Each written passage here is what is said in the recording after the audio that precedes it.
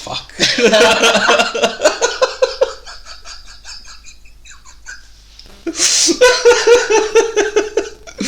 Alright, as I pressed record, my hand came back and my lighter flew off the table. So, another great way to start the pod. Going on with, all these past couple of weeks, they've just started out flawlessly. And we're following that tradition now. Oh. But hello there. I didn't see you come in. You were very quiet, the entire audience. You were very...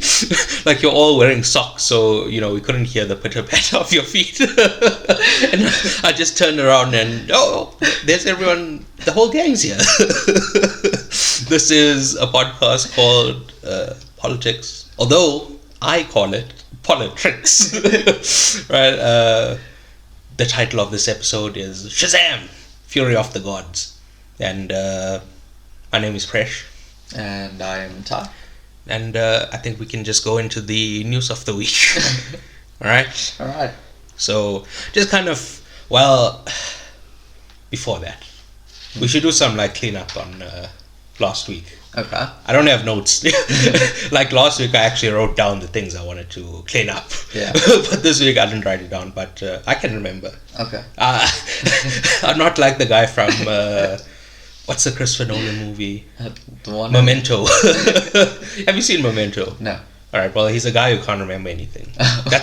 I'm saying that's not me. I'm the opposite of that guy. I remember things. Okay. Alright? Yeah. So last week, you were saying there's a difference between movies that are fun and movies that are to be analyzed. Yeah. And I actually kind of agree with you later on when I'm talking about Cocaine Bear. But. No, okay. There's no but. Okay. That is... you agree about... No. Well, there is a but. Yeah, exactly. I don't know why I said there was no but. I knew there was a but. We all knew. You knew. I knew. The audience knew. All right. So when I was saying about Cocaine Bear, I said this movie knows exactly what it is. It's not trying to be high art. It's just a fun movie. Yeah. So I agree that the creator, in their minds, they make that distinction. Yeah. I'm trying to make a fun movie, or I'm trying to make a deep analytical movie. Yes. Right? But I, as the viewer, don't view that as there being a difference. I think even a fun movie can be read into and analyzed. Yeah. So, yeah. I understand that the creator might have that difference or that separation, but to me, it's the same. That's what I was trying to convey to you. Yeah, it's... Just because they think they're not putting in a message doesn't mean there's no message there. Yeah, no, I agree. It's not like a definitive split, but more like a spectrum, I guess, right? And things lie on that spectrum. Yeah, but I'm saying all of them can be analyzed. Yeah. Yeah. But okay, never mind. Don't worry. I'm saying the director or the creator's intention doesn't matter to the audience. Yes. Do you know there's something called death of the author? Where an author dies. So it's the creator's intention is not the only way to read a movie. Right. So as long as you put forward a theory or a reading that's backed up with, in the text. Like say it's a movie, I don't know. It's like a movie about boxing. And you're like, actually the theme here is about, I don't know, something that it's not. The Cold War. It's actually about the Cold War. Yeah. Right? And you don't provide specific evidence. You just, just say that. That's not a real interpretation. You have to actually defend your thesis. You get what I'm saying? Yeah. So as long as you've backed up your reading with elements of the text and good reasoning, then it's fine. Okay. Any interpretation like that is fine. Yeah. Even if the author didn't intend it. Okay. So anyone can read anything into a movie as long as it's a fair interpretation. Yeah. Right. So that's what I'm saying. And again, that's the point of this podcast. Okay. Even if the Yeah. director doesn't understand that they're doing it, Yeah. every piece of art tells you something about the artist, Yeah. even if they don't intend it. That's what I was trying to get at. So that was the but. Okay. So basically, but everything. Well, everything that we said here Yeah. now, we said last week. Yeah. I just wanted to formalize it, All right. essentially. Right. Okay. Anyway, the second thing is, we were talking about the EFF Yes. and the protests. Yeah. I just wanted to clarify that, I said certain people would say that they could be deploying the police all the time to keep people safe. Yeah. So I disagree with that. I was just giving the opinion of, what other people are saying. Yes. I don't believe that the police, keep people safe. Okay. Right. Do you want me to go into a whole? No. We have a movie to talk about. Yes. So, on another episode, possibly like a movie about police or something, Yeah. we can go more into my thoughts about the police in general. But Yeah. we'll just skip past that. I just want to Yeah. to make it known that's not how I feel. That's what other people were saying. Yeah. Right, so into the news for this week, which is also kind of clean up from last week, Yeah. right? Yeah. So we never found out if Trump is going to jail or not. I thought that day, but I think it's still coming up, right? But he said Tuesday, and the next Tuesday was Yeah, and nothing happened. yeah. But it's still like up in the air. Like no decision came forward. Okay. That's what I'm saying. It could happen, it could not happen. We Yeah. don't know, Yeah, that's true. right? But either way, he can still run for president from jail. It's not a good look. But he could. He could. You know who Eugene Debs is? I've heard the name. So he's a famous socialist from America. He was alive like around during the First World War, Okay. Yeah. and he got arrested for because he was anti-war, and he said we shouldn't be sending American troops to fight in, a European war. Yeah. So that was just for the First World War, because the First World War was kind of unjustified. The Second World War, you're going to stop the Nazis. That is justified. Yeah. So he was only talking about the First World War, and he was very critical of the government. So they threw him in jail. Yeah. Okay. Right. Nice. Well, I don't think it was just being critical. I think he did something like bad. Maybe. Well, whatever. It doesn't matter. Yeah. But he was in prison and he ran for president. And this was way before, socialism and leftist, communism had a bad name. So, Yeah. like, people were like, yes, this guy, he went to jail for the right reason. Let's vote for him. And I think he got like 12% or something. That's crazy. Right. For an inmate. Right. Well, okay, maybe my facts are wrong. Just go check it out, right? But he got some votes, which is that's what I'm saying. I mean, it's something. You wouldn't think like people would vote for someone in jail. That's the point I'm trying to. Right. Also, more cleanup from last week. Sorry, I just. Good job. Yeah. Well done. My finger slipped. So the Xi Putin meeting from last week. So it yielded no breakthrough on resolving the conflict in Ukraine. Yeah. It was more just like Xi showing like public support for Putin, Yeah. but he didn't commit any like military help. What's the word for it? What? Aid, Oh. military aid towards the Russian. Yeah. So they're like, we're not sending Chinese soldiers to. Yeah. It was just more like a show of faith, not like I'm gonna help you. It's like, they've got this. It's Yeah, fine. I'm not gonna do anything to help you. You be safe now. I'm going. But yeah. So I got this little article from NPR, right? And the way it ends, I'm gonna read the sentence, and the way it ends was just very like sassy. I don't know what to say, right? So both leaders called for a cessation of actions that increase tensions and prolong the war in Ukraine, according to their joint statement. I don't think that's right. Yeah, I feel like they are Oh misinterpreting. yes, no. Sorry. That's me. Cessation means get away from it. Yeah. So they want to get away from actions that increase tensions and prolong the war in Ukraine. Oh. Right. Right. According to their joint statement released by China's foreign ministry, the statement did not acknowledge that Russia's invasion and military assault were the cause of ongoing violence and humanitarian crisis in Ukraine.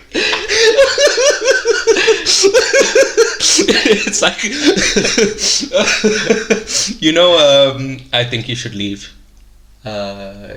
It's a Netflix show. Yeah. Right? It's a very funny one. And there's a sketch where somebody in a hot dog cart crashed into this place, and then there's a guy dressed in a full hot dog costume, and he's like, "Who did this?" We're trying to find the guy who did this.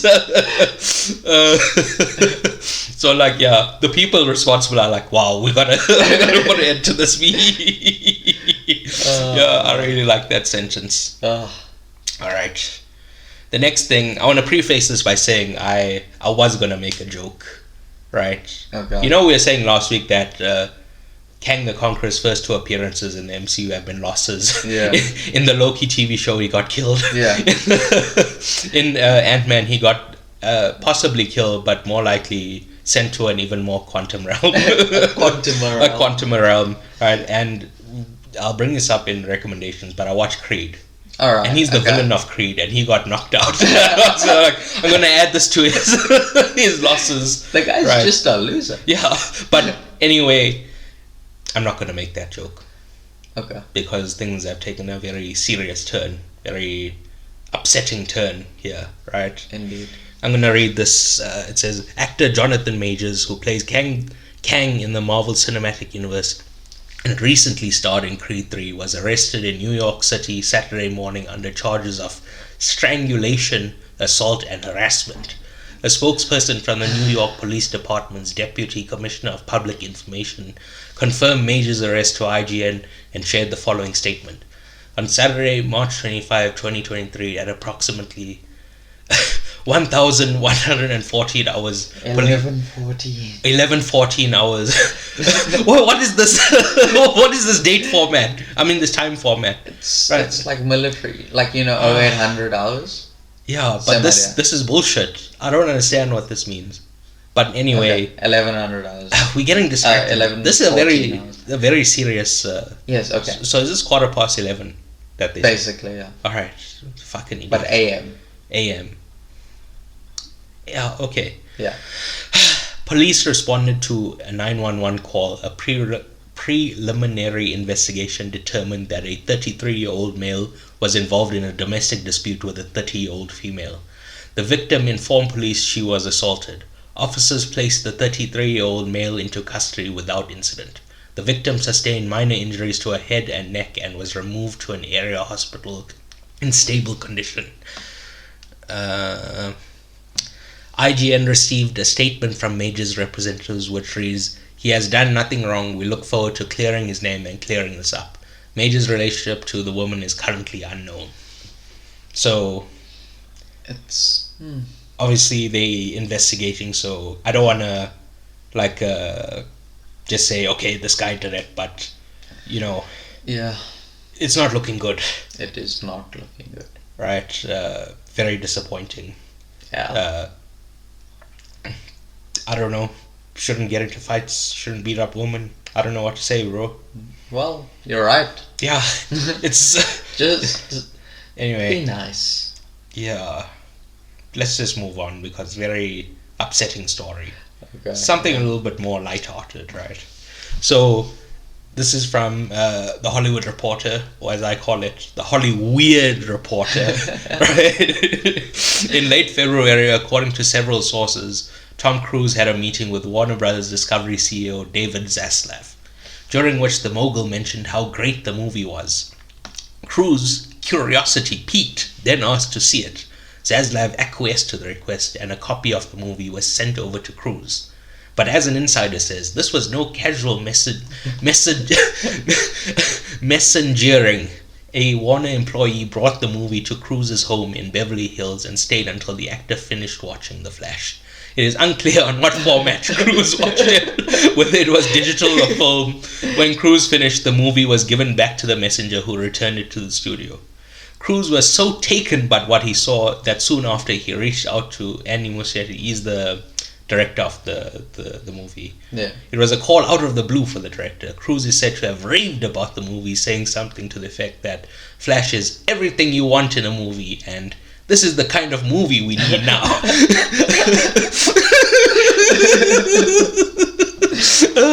According to insiders, right? That's the end of the article. But so I think this is an obvious stunt to con people into seeing this movie, right?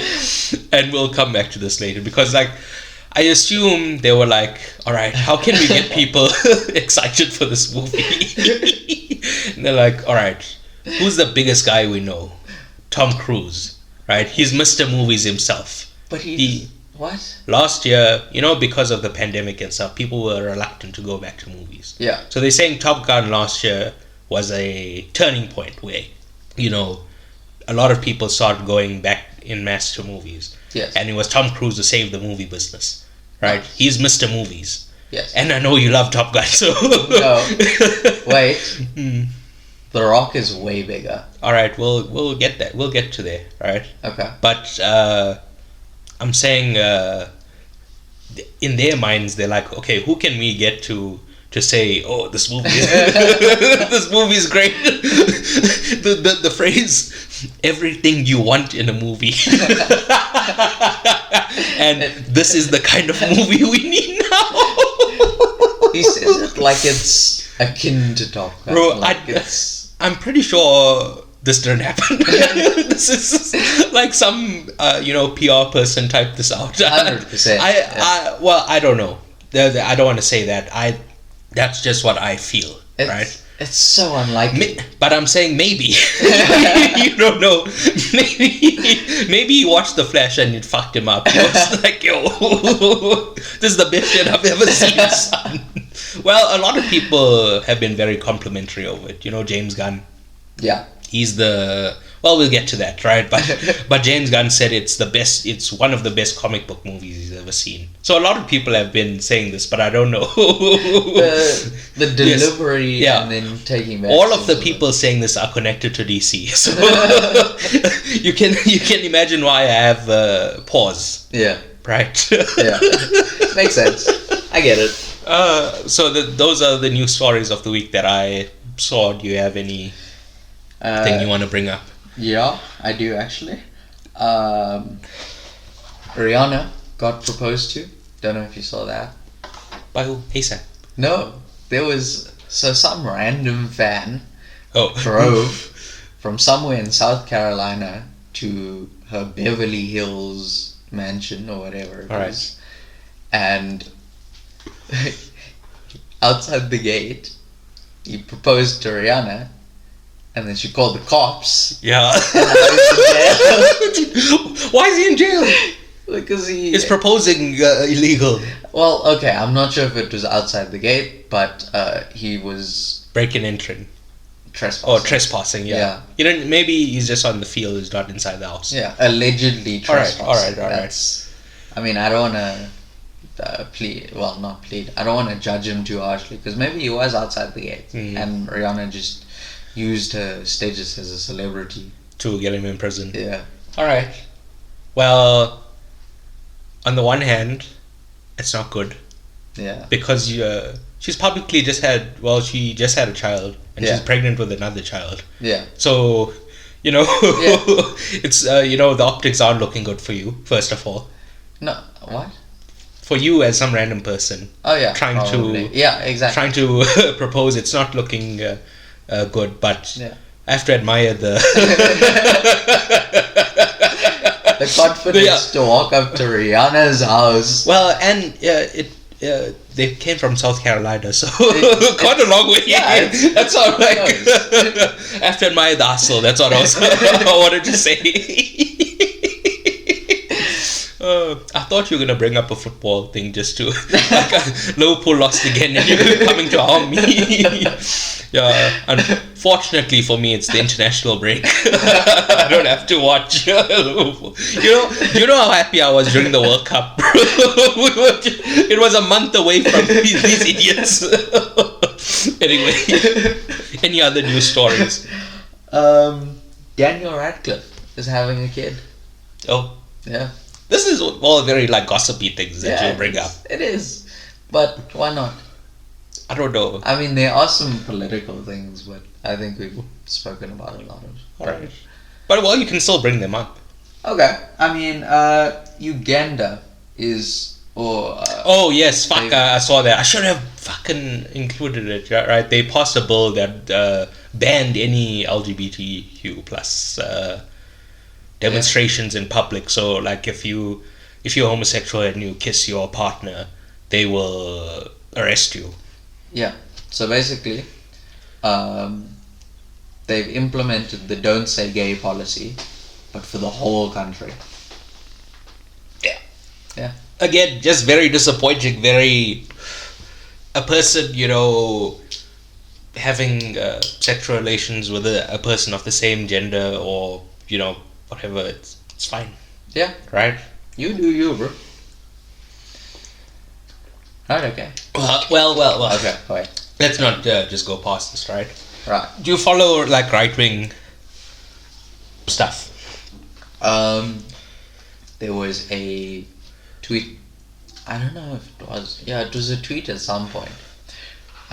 Where Grindr threatened an entire state to. I don't know. It was like not to pass a bill, or like to rescind a bill, or they would release all the politicians that use their app. All like, right. publicly. Okay, never mind that. I'm Okay. saying like the way the right wing demonizes people, LGBT, but mainly trans people at the moment. But they used to do this like in the 80s and 90s towards gay people. It's just at the current moment they're doing it towards trans people. Yeah. But that's what I'm saying. It's a big issue for that whole community that they get targeted with this, right? So they say that they're pedophiles. That trans people are pedophiles. Well, I'm saying before gay people, now trans people, like they indoctrinating children into their LGBT cult and they, having sex with children. Yeah. Right? Yes. The problem that a person should have with the trans pedophile is that they're a pedophile, not that they're trans. Yes. Do you get what I'm saying? I agree. There's no statistics to back up the idea that that community is any more, has a higher rape percentage than cis people or any other community. Yeah. Right. There's no evidence that suggests that. So they just being targeted because, well, they're different. I guess. Pretty much. Right. So. Yeah. Yeah. Like Alex Jones. Yes. So he does something. He's like LGBTP, and he can't let something just be subtext. He's like, because they're adding the pedophile in there, folks. They're adding the pedophile. The next thing they're gonna do is have sex with children, right? Right. Unbelievably, I don't know what the word is. Just like offensive. Yeah. Like that's incredibly. if you ever see somebody trying to justify pedophilia by saying it's part of the LGBT community, Yeah. you're a piece of shit. That's a lie. It's not true. Yeah. Right? But that's how the right wing tries to demonize these people. Yeah. Anyway, why?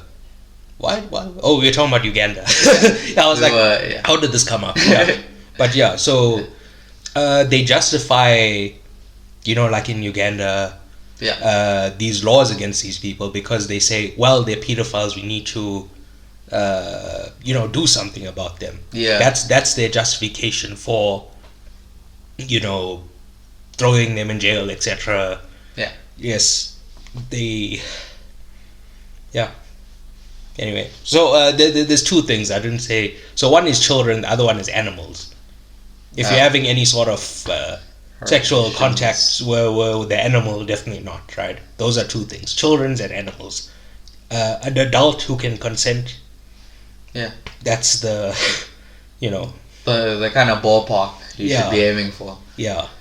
Because, like, I don't know. What about, like, a sex robot? It was built for it, right? But as long as it's not sentient, right? Because if it was sentient and it's being forced to do something, then I don't think it's... But we're not there at sentient robots yet. No, so if not. It's a regular sex robot, there's no issue. It was made for the purpose of... Yeah, have at it. Right. But that's my point here. Yes. If you ever see any person trying to justify pedophilia, tell them to fuck off. They are not part of this community. Yes. All right. The LGBT community, I should say. Nice. Right. Anyway, yes. Any other news? Is that you didn't want to bring that up because we had spoken about other political stuff? Yeah. Wow. Because there's probably... Okay, we don't have a time limit, but we should probably implement a time limit on the... Well, you said you have to leave at 6. Yeah. And we're not doing anything else today. Okay, yeah, it's fine. So we got lots of time. Welcome to the 7-hour podcast. But yeah, we don't want to, flood the listeners. Yeah. Okay. Yeah, that's all the main stuff. But yeah, this took like a minute or two just to go through it. So that's why I'm like, it's not that big of a... Okay, yeah, this specifically, yeah. Alright. Everything else was... Okay, never mind. So we can get into the movie now. Yeah. And I really feel like we're going to be talking about the context more than the actual movie. Well, at least from my notes. I don't know about you, right? But yeah, I just think there's so much context we need to get into before we even think about talking about the movie. Okay. Right, so just a little bit of background on the character, right? So he was created in 1939, 1 year after the debut of Superman, as an obvious knockoff of Superman called Captain Marvel. Right. Did you know his name is Captain Marvel? I did not know that. Alright. So Captain Marvel was the most popular comic of the 1940s, even outselling Superman and Batman. But Batman wasn't popular at that time. Yeah. He became more popular as time went on, but yeah. When he initially debuted, Superman was the biggest. Yeah. Well, he wasn't the biggest. Captain Marvel obviously is bigger, right? But so, because they were doing so well, DC sued Fawcett Comics, which was the publishing company that created Captain Marvel. Oh, right, okay. Right, yeah. And for copyright infringement, and they won the case. Oh, okay. So, and then I think Fawcett was forced to license the character back to DC. Okay. And then at some point Fawcett went out of business. Oh. So Captain Marvel was just rolled into the DC universe regular, right? And as a small nod to that, he works out of Fawcett City. Oh, okay. Oh. But that's in the comics. In the movies, he's in San Francisco, I think. Yeah. In this movie, in Shazam 2 especially. Yeah. Because I can't remember the first one.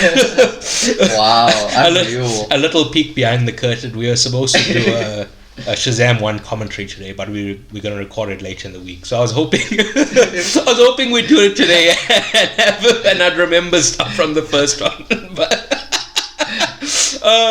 Yeah. Anyway, so when they sue them for copyright infringement. Yeah. The case was in court for quite a while, for a few years. Yeah. So in that time, Marvel created a character called Captain Marvel. Oh. Nice. Right. And it's not the character that was in, 2019. Yeah. Captain Marvel was he's Jude Law's character. Jude Law. In Captain Marvel. Yeah, right. It's more like him. Okay. He's from the Kree Empire, and he, works as a general in their army. Yeah. That was the original Captain Marvel. Yeah. And that character has gone through a number of changes over the years. Oh, actually, I think it's implied that the lady she sees... Yeah. I forget her name. She looks like Elizabeth Warren. All right. Do you not remember that movie? No. All right, I don't think I've watched. Oh no, I haven't. At some point. But yeah, she has like an older mentor, right? Okay. I think it's implied that in this universe she was the original Captain Marvel. Oh, I see. That she's a Kree warrior that came to Earth. Yeah. And yeah, but anyway, the point being, Marvel created several characters called Captain Marvel, right? Carol Danvers, which was in the movie, and the Marvel, who's a Kree soldier, and they use it a lot of times, right? Yeah. So, to avoid confusion, DC started titling their comics Shazam, which is the word that the wizard gave to him. Yeah. To transform. Right? Yes. But he was in the comics. He was still called Captain Marvel. It's just the title of the comic was Shazam. Okay. Right. Yeah.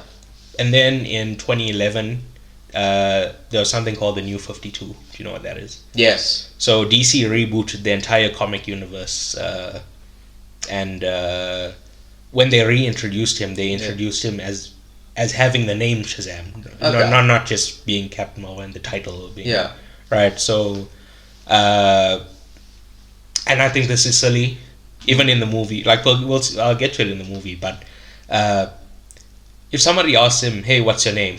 and he says Shazam, he's going to change it. Yes. So it doesn't, it needs to be like a word that you're not going to be using in daily life. Yeah. So that you don't just constantly transform. Yeah. But although, when would he introduce himself as Shazam? He wants to meet the Justice League. Then he can say, "Hi, I'm Billy." It's not as cool. They don't use their secret identity. Well, they don't. Do they know their secret identities? Yeah, probably. I know the Justice League do. Maybe so he was. Okay, whatever. Yeah. Okay, maybe he'll just say, "I'm Billy," whatever. Yeah. Okay. Yeah. Cool. So that's just a little bit background on the character. Yeah. Right, and the first movie came out in 2019. Yeah. Ironically, the same year as Marvel's Captain Marvel. And yeah, the villain of that movie was Dr. Savannah. Yes. And I was saying Shazam is like a knockoff Superman. Yeah. Dr. Savannah is like a knockoff Lex Luthor. Oh. Yeah, he's a right. And Savannah is one of his top 3 villains, others being Mr. Mind and Black Adam. Okay, yeah. And Black Adam is his arch nemesis. Yeah. So, like, his Joker is Lex Luthor. Even though I just said Savannah is literally a knockoff of Lex Luthor, but he's not his main villain. Yes. Right? So, now we're done with the context for that. Now, the context for this whole universe. Do you get what I'm saying? Yes. So the DC cinematic extended the DC cinematic universe, the DC extended universe, they never named it because when would it's only been 11 years, so when would they have the time to just sit down, think about it? It's just somebody, I think one of the producers linked, or one of the executives at Warner Brothers just like offhandedly said the DC extended universe one time, and that's what people called it. Yeah. Okay. And yeah, but anyway, so in 2012, Zack Snyder creates Man of Steel. Yeah. So kind of like a middling response. It's not like a unbelievable hit. It's not like a $1 billion movie. It's like, it's fine, and people liked it.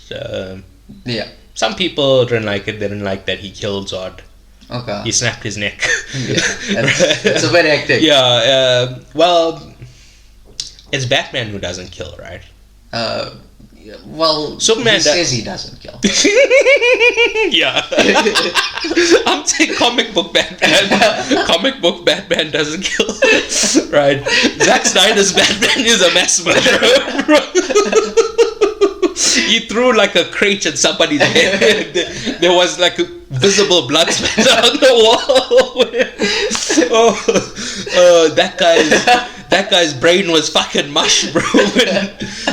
And he set that other guy on fire when he went to save Martha. Yeah. Just the biggest maniac, bro. Comic book Batman doesn't kill. And Superman, he occasionally kills, but only when he really has to. Yeah. It's like life and death. Yeah. Like he'll try his best to like send them to the Phantom Realm or not Phantom Realm. What's it called? The Quantum Realm. No, the Phantom Zone. That's the you know where he sends villains. Yeah. Right. So that's usually his move, to just send them to the Phantom Zone. Their little prison. Yes, but on occasion he's been known to kill. Yes. So like I didn't take umbrage with that. I'm like, yeah, he was gonna in the context of the movie, he was gonna laser somebody's child and so snaps his neck. Right, so I think that's a good enough reason. Fair enough. And also he destroyed the city. Forgetting about yeah, there was a whole fight scene before that. Yeah, okay. It was so off topic. Yes. Oh god. Okay. Anyway, he follows this up with Batman vs Superman. Yes. Which was a huge critical and commercial failure. Nice. Right? I think it made... Well, the fact that it didn't make $1 billion is... You have the two most famous characters in all of comics. Yeah. And I think it made... And they're both in the title. Yeah. Like, you know exactly what you're getting. Yeah. But never mind the money. Yeah. Just make a good movie. Yeah. If you made a great movie, I'd be more forgiving. Yeah. But when I first saw it, I was like, this is a huge piece of shit. Yeah. This is unbelievable how bad this is. Yeah. But in the last couple of years, I've come around to it. Oh. Especially because there's an extended cut, right? Okay, There's a theatrical cut and then there's an extended cut. The extended cut is like 3 hours. Yeah. And it fills in a lot of like plot points that seem dumb in the theatrical cut. Yeah. Because obviously yeah. they're giving context, and then if you don't see the context when the thing happens in the movie, it obviously makes no sense. Yeah. So when I saw the longer extended cut, I was like, oh, all right, I'm coming around on this. Well, I did come around on it massively. Oh, right. nice. I gave it an 8. Jeez, okay, yeah. Right, when the first time it was like a 4. Right. Okay. Yeah, I came around a lot on it. But anyway, this like spooks DC. Okay. They want to fire Zack Snyder, but filming on Justice League began like 3 weeks after Batman vs Superman came out. Yeah. So he was already like in the process of making it. Yeah. Right. And tragically, during this, his daughter, her name is Hope, committed suicide. Yeah. And he took time away to grieve from the project. Yeah.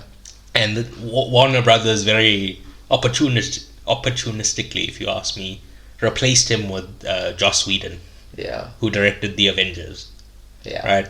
It's very clearly that they viewed Batman vs Superman as too dark. Yeah. And they wanted a more fun atmosphere like the Marvel movies. Yeah. So they literally got the guy who did the Avengers movies, right? From the guy who brought you the Avengers. Yes. But now the both of them have very different styles. Yeah. Right? So the final Justice League movie that came out in 2017 was this like Frankenstein of like pieces of Whedon, pieces of Snyder, and it just didn't fit together well, right? Yeah. And again, so the Justice League, you make a Justice League movie, it doesn't hit $1 billion as well. Somehow, I think it made less money than the Batman vs Superman movie. Wow. Wow. What? I don't quote me on that, right? Okay. But I'm pretty sure just all of them didn't do as well as DC was expecting it to. Yeah. That's the point I'm trying to make here, right? Yeah. And then during all this time, there's a bunch of like solo movies that come out, like Wonder Woman, Suicide Squad. Yeah. None of them have anything to do with the main story being told here. Yeah. Right. I'm just trying to focus on this universe, right? Yeah. Okay. So Aquaman as well. Yeah. Yeah. Like all of these are just coming out as this is going along, and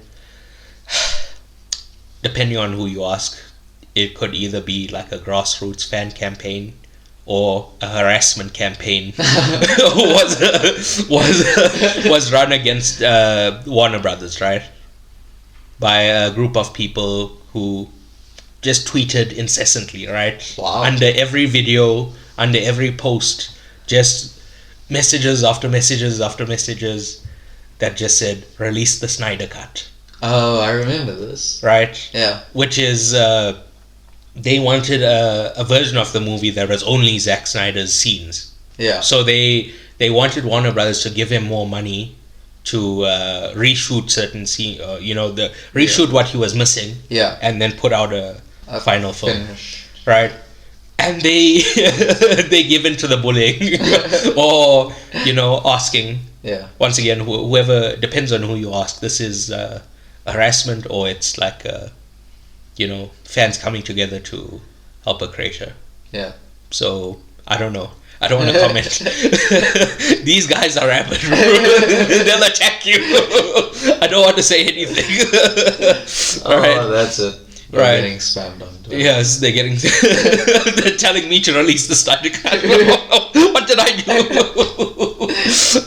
But anyway,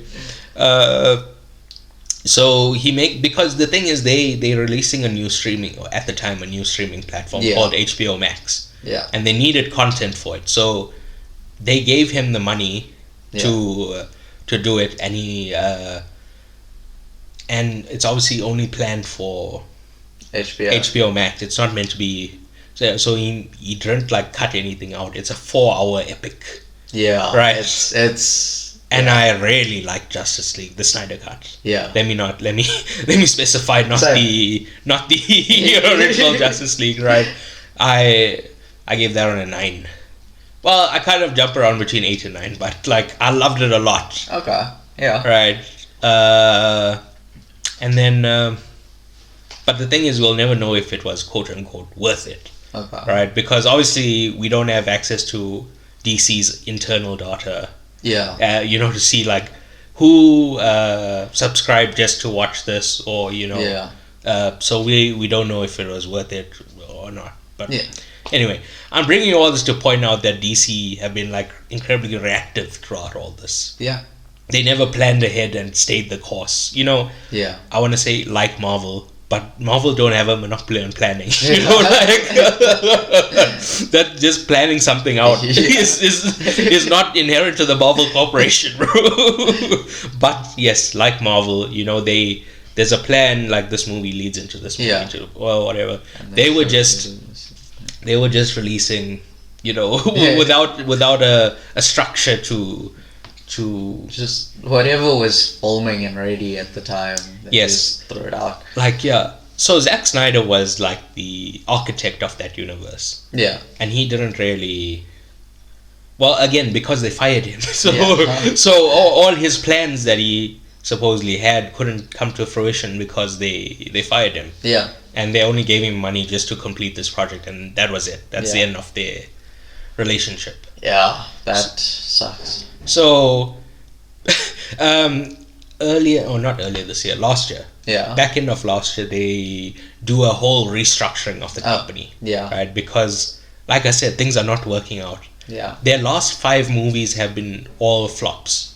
Yeah. Do you want to know? What's the last one? So, Suicide Squad. Okay. But that came out during the pandemic, so it's tough to blame that, because it came out, I think, in early 2021. Don't quote me on that, but it was just during the pandemic. Yeah. Very early on. Sometime during the pandemic is what I'm saying. Nice. Okay. Yes. Right. So there's that Black Adam. Yeah. Oh yeah, Black Adam. Yeah. Which we'll get to. Yeah. Shazam. Yeah. This new one that's just come out. Yeah. What's Wonder Woman? But that was also in 1984. No, but I don't. I think that was just streaming. I don't think that was. Okay. And the Justice League, the Snyder Cut, also only came out in streaming. So I'm talking about the box office. Okay. Yeah. I can't. But there is another movie that I can't remember, and I'm not talking about the Batman and Joker. I'm talking about in this cinematic universe. Those are separate to what's happening here. So they brought in James Gunn. Yeah. Who's the director of the Guardians of the Galaxy movies. Yeah. To be the chief of this, to plan ahead. Yeah. To plan the universe out. And he's been doing a lot of restructuring and planning, what stays and what goes. Yeah. And for example, so I said in 2011 DC rebooted. Yeah. What is a reboot? That's where you take everything, scrap it, start again. Yes, right. And the way they usually do it is like the Flash will go back in time. Yeah. And he'll just, get up to some hijinks, and when he comes back to modern day, things are way different. Yeah. So there's a Flash movie coming out this year. That's a little suspicious. Tom Cruise told me all about it. You could make Tom Cruise. So yes, I can't remember if they've explicitly said it already or like it's just the assumption we as the public are making that the Flash movie will reboot everything. Yeah. Right. So this Shazam movie is the remnant of a dead universe, right? It's part of the Snyderverse, which is gone now. Yeah. So a lot of people have been asking the question like, why should I watch this? It's it's not connected to anything. It's just this whole thing is dead. Yeah. Why should I watch this? What's the point of this? I would say because it's fun. Yeah. It's a fun movie. I'm not the person saying this. I'm saying other people have saying this, right? I believe not everything has to connect. You can just like with the Batman, like with Joker, you can just have a standalone movie that has nothing to do with anything else. You can, right? So, but I wanted to bring it up. I'm giving this is the context section. Yes, I'm agreeing with you. Right. There are people who are asking this question. I think it's just because it's fun. Right? Me too. Yes, nice. Right. There's something else. What's the next angle? What? There's something else. Okay, so like I was saying. Yeah. Black Adam comes out last year. Yes. And what did I say earlier in the context section? Something. Oh, Black Adam and Shazam are... It's his arch nemesis, right? Yes. But why does Black Adam have a movie before he meets Shazam? That's, So, okay, I read an article yesterday, I think, and I'm not sure how accurate it is, but apparently, when The Rock originally joined them, he pressured them for, it was originally going to be Shazam and Black Adam, and then The Rock pressured them into doing only a solo movie for him as well. So then we got Shazam, Black Adam. Alright. So he joined like 15 years ago or something like that. DC had him and they're like, okay, what character do you want to play? And he just never like chose a character. And I think only in like 2016 that's when he chose Black Adam. Yeah. Right? And like you were saying, a lot of people were assuming that he would be the villain of Shazam 2. Yeah. This movie we just watched, right? It just makes the most sense. Yes. Now, I'd like to say that I don't agree with this. Okay. Right? We, a lot of times now, the public is dictating how movies should go. Yeah. And I totally disagree with that. We saw it with Star Wars, right? Yeah. The Last Jedi came out. The public didn't like it, so Disney did like a handbrake turn. trying to like undo everything that happened in the previous movie, right? Yeah. Similar, and same thing happened here in the Snyder, the Snyder saga at DC, right? They tried to handbrake turn at a lot of times, right? Because of fan backlash. Yeah. But I don't believe the audience should be dictating the movie. Yeah. Right? And this thing really pissed me off. In Spider-Man. Yeah. Oh, which one? The one. Oh, right. Okay. Yes. Yes, that's Spider-Man. The biggest criminal. I'm gonna sound like J. Jonah Jameson. That goddamn menace, Spider-Man, in No Way Home. That's just a movie built from fan expectation, from the ground up, right? Yes. It's not.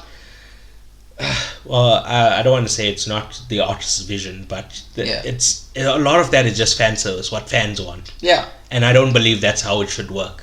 I believe an artist should make a thing, and then we decide if we like it or not. the audience input doesn't matter at all or it shouldn't factor at all into what the artist is doing. Yes. Now, this is obviously different for like online content creators. They may ask their audience stuff like, "Hey, what type of video do you want me to make or something?" That's different. Yeah. We're talking about movies here. Yes. A good example of this is Avatar. Yeah. Everyone asks the question, who's asking for another Avatar movie? Right? Yeah. That's another thing people say online, right? Okay. Who's asking for another Avatar movie? I am. Well, yes, I am as well, but I'm saying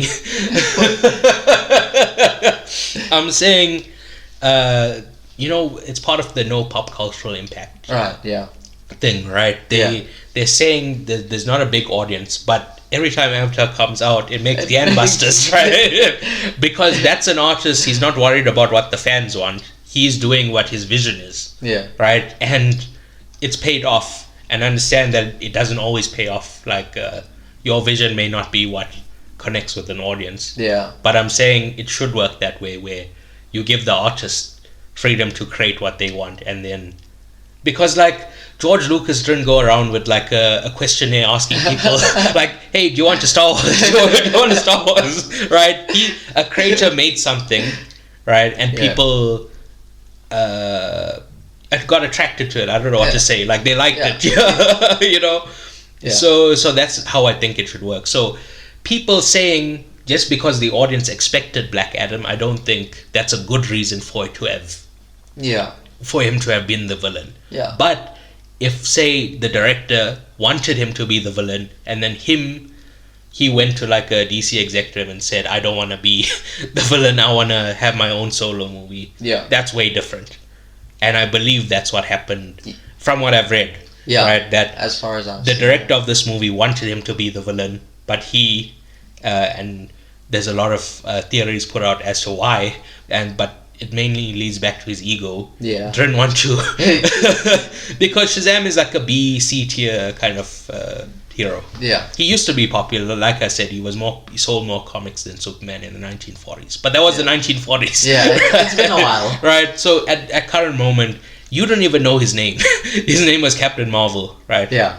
That's the point I'm trying to make. He's not a mainstream fan favorite, right? Although now I think maybe, like, now that you see the movie, now with the movies coming out, I think he's become more well known. Yes, I agree. But I'm saying, it's just like all the Avengers. Yes. They were like B, C tier characters in the comics. Yeah. And it's because Marvel were going out of business and they sold off their main characters like Spider-Man, the X-Men, Fantastic Four. Yeah.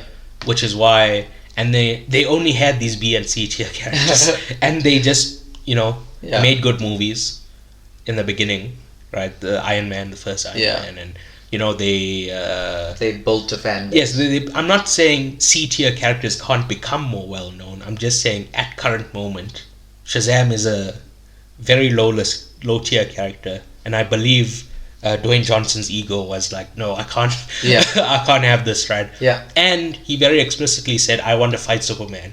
Yeah. So again, it's just him viewing Superman as a bigger product, I want to say, than Shazam, right? Yeah. So his ego created this whole debacle of having two movies that both flopped, right? Yeah. Whereas if they could have put out one movie that was, billed as the fight of the century, Shazam versus Black Adam. I mean, I think that would have been great. Right. And again, fan expectations and such. I'm just saying, if the director wanted to do that, that's what should have happened, not because I wanted it to happen. Yeah. Right. So Dwayne Johnson fucked up two movies.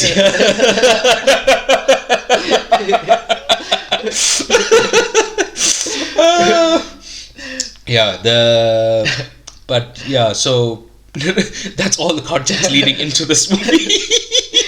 Okay, nice. Right, now we can start. I actually have 2 pages of context and 1 page on the actual movie. Alright. So we open with the 2 people coming to take the broken staff from the first movie. Yeah. Do you remember this? Yes. Well, once again, I don't remember the first movie, so I just thought this was some random. Oh my goodness. This is some random piece of wood they picked up. They just okay. Yeah. All right, I didn't realize that was the wizard's staff. Yeah. Right. Lucy Liu's power is amazing. I love. I think this was in Twilight as well. Okay. You just go and you whisper in someone's. Oh yeah. And they just go. They do whatever you want. Yeah. Right. What is Helen Mirren's power? I actually don't know. Yeah. She makes things float. Oh, was that Lucy? Yeah. I don't know. And then she made the dome. Yeah. Okay. So I'm assuming it's like telekinesis kind of thing. Yeah. But I don't know. Every time she's just doing something different. I'm not like, well, Yeah. what is she doing? I don't know. What is this? So, but yeah, I really I like Lucy Liu's powers, but Helen Mirren's, I was just like, I could take or leave this. There's a lot going on here. Yeah. Right. Then we introduce to Shazam. He's in therapy and he has imposter syndrome. Right. Well, this is just kind of to get you introduced to the character again. Yeah. Maybe you haven't seen the first one. This is to catch you up on his hang-ups and like his personality. Yeah. Right? And I think it's framed in a good joke where he's like, I'm not a therapist. I'm a pediatrician. But yeah, obviously Billy's an idiot kid. And he's like, oh yeah, the doctor. You just go to the doctor. Right. So I like that. The opening sequence. And these guys are huge idiots. the bridge is going down. Well, any kind of criticism of them can be kind of explained away by the fact that they're idiot kids. Yeah. But on the other hand, they have the wisdom of Solomon.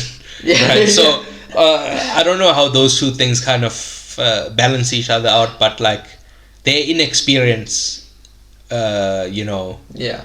And it kind of reminds me of, the Spider-Man animated show. Yeah. Where Nick Fury recruits Spider-Man to be a part of a team with Iron Fist, Luke Cage, and White Tiger. Yes. Yes. And it's like, well, when he got more training, he was more... more better. more better.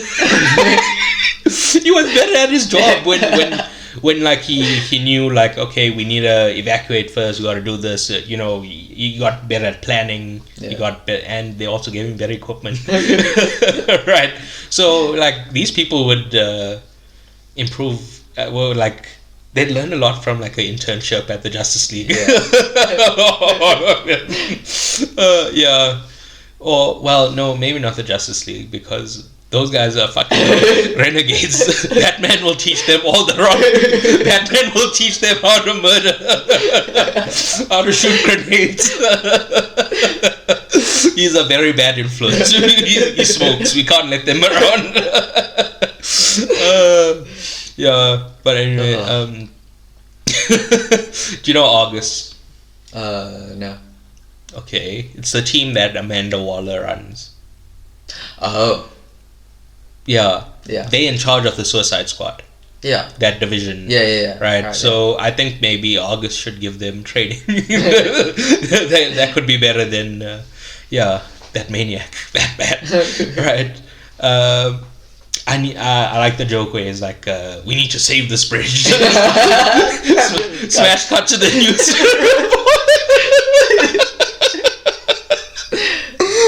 Smash cut to the news where like the whole thing is underneath the water. Yeah. The whole bridge collapses. Yes. I just have a note here.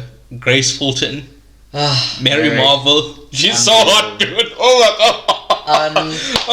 And I googled her age beforehand. Like 27 or something. Yes, she's older than me. This is not 14, like, certain co-hosts. He said, but yes. Yeah. You are the co-host. Alright, anyway. Okay. Let's not get into My only point is she's so hot. It's unbelievable, bro. Yeah. Anyway, I don't understand the rules of... And I think this is just going to be a recurring segment. What are the rules? Because I had the same thing with Ant-Man last week. I was like, what's going on here? Right. So magic is gone from the world. From their world. Yeah. So they come here, but why do they have powers if magic is gone? That's what I'm. Don't they have magic powers? I don't think it's magic powers. I think Because they're gods. yeah. So I think they're born with certain powers, like And then the magic is other stuff. Yeah. All right. Like, you know when she goes and she grabs the... Okay, we'll get to it. No, say it now. You know when... I don't even know who it is. I think it's Helen Mirren's character, whatever her name is. She goes and she grabs the jail cell. Yes, and burns it. Yeah. Huh. Because that's not her original power. That's a different thing. Because magic came back. Yeah. Huh. All right. I see that. And that's why... Where were they this whole time? In that castle thing, I would assume. But they said their world was... destroyed. Yeah. That's what I'm saying. Like, it's like a post-apocalypse situation. Yeah. Or maybe because their dad died, right? They would have gotten life insurance money. Oh, and they would have gone to a different universe and sorted themselves out. Okay. Good joke. Let's just move on. Yeah. Right. Those guys, the bullies. They're beating up a cripple. Yeah. Just such poor taste, bro. I guess bullies, they're not rational. They're just attacking people. But like, how do you go to sleep at night? Like I beat up a cripple. I broke a cripple's crutch. Yeah, I was gonna say walking stick, but it is a crutch. It's a crutch. Yeah. Yeah. Okay. That's the biggest villain in this movie, bro. That they beat up a cripple. The teacher didn't reprimand them at all. He just let them get away. I think he's a janitor. Is he? It's never. I'm pretty sure he says like janitors. He says something about a janitor in that first. I think he said, I am very well acquainted with the janitor's closet or something. So I think he was also stuffed in. Well, yeah, he also said that. He said, like, I spent my first half a year or something. Yeah. On that. But I think he's a teacher. Janitors in movies, they usually have like a jumpsuit. Oh, yeah. And he was wearing like a shirt and pants. Yeah, okay. So that's why I'm like, I think they're teachers. And you have to reprimand them, otherwise they're just going to do it again. Yeah. That's what I was thinking, and the next scene they like throw something at him that fucks him out, bro. That's why I'm like, literally. Actually, I don't even think it was the next scene. I think it may have been the same scene. He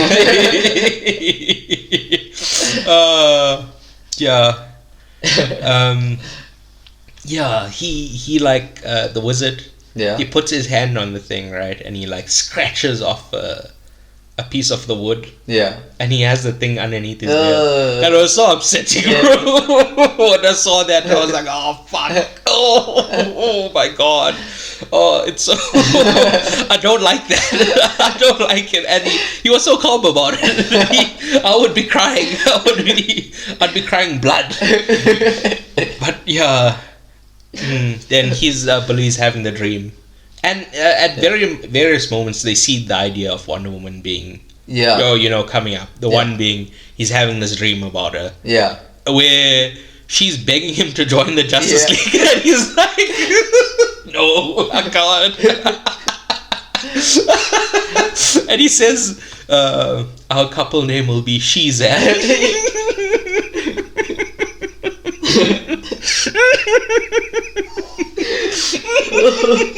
Oh, that's just great, bro. But yes, which leads me into this thing where there's this weird disconnect, and I've seen a lot of people talking about it online, that like his younger person or his younger self seems way more mature than the adult. The adult just seems like an idiot. Yeah. Right. But the younger self just seems, calm, collected, put together. Yeah.